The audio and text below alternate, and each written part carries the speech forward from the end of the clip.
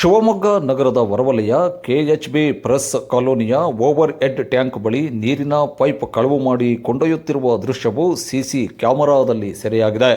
ಕಳೆದ ಕೆಲ ತಿಂಗಳುಗಳಿಂದ ಸದರಿ ಓವರ್ ಹೆಡ್ ಟ್ಯಾಂಕ್ ಬಳಿ ನಿರಂತರವಾಗಿ ಕಳವು ಕೃತ್ಯಗಳು ವರದಿಯಾಗಿದ್ದವು.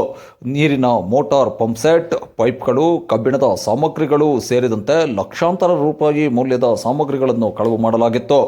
ಇದರಿಂದ ಕುಡಿಯುವ ನೀರು ಪೂರೈಕೆ ಅಸ್ತವ್ಯಸ್ತವಾಗುವಂತಾಗಿತ್ತು.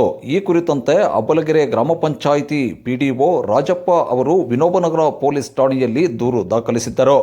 ಆದರೆ ಪೊಲೀಸರು ಕಳ್ಳರನ್ನು ಪತ್ತೆ ಹಚ್ಚಿರಲಿಲ್ಲ. ಮತ್ತೊಂದೆಡೆ ಕಳ್ಳರ ಉಪಟಳ ಮತ್ತಷ್ಟು ಹೆಚ್ಚಾಗಿತ್ತು. ಈ ನಡುವೆ ಕೆಲ ದಿನಗಳ ಹಿಂದೆ ಪಿಡಿಒ ರಾಜಪ್ಪ ಅವರು ಟ್ಯಾಂಕ್ ಬಳಿ ಸಿಸಿ ಕ್ಯಾಮೆರಾ ಅಳವಡಿಸಿದ್ದರು. ಇದೀಗ ಸದರಿ ಕ್ಯಾಮೆರಾದಲ್ಲಿ ಇಬ್ಬರು ವ್ಯಕ್ತಿಗಳು ಬೈಕ್ನಲ್ಲಿ ಪೈಪ್ ಕೊಂಡೊಯ್ಯುತ್ತಿರುವುದು ಸೆರೆಯಾಗಿದೆ.